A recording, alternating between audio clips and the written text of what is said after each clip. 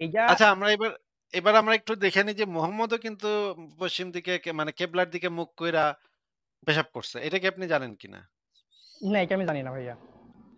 এটা তো মোহাম্মদ নিজেও করছে ভাই। তাহলে আমরা একটু মোহাম্মদের কাজ কারবার একটু দেখে নেই। মোহাম্মদ কি, কি কাজ কারবার করছে সেটা একটু দেখে নেই। আ দাঁড়ান একটু। হ্যাঁ,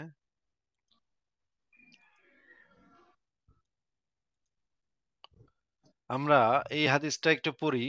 এখানে দেখেন সুনান তিরমিজি শরীফ তাহকিককৃত সহিহ হাদিস এটা, হ্যাঁ? এখানে হুম, যে ৯ নম্বর হাদিসে বলা আছে যে নবী সাল্লাল্লাহু আলাইহি সাল্লাম কিবলাকে সামনে রেখে মলত্যাগ বা পেশাব করতে নিষেধ করেছেন। আমি তার মৃত্যুর ১ বছর আগে তাকে কিবলার দিকে মুখ করে মলত্যাগ বা পেশাব করতে দেখেছি। ভাই ঘটনা বুঝছেন কি?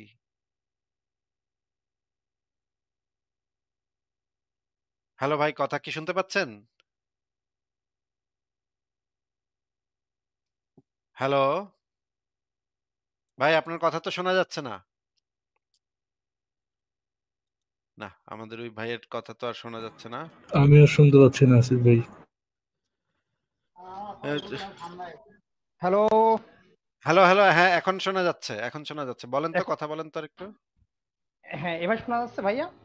হ্যাঁ, এখন শোনা যাচ্ছে। একটু বলেন তো যে এই হাদিসটা পড়ার পর আপনার বক্তব্য কি?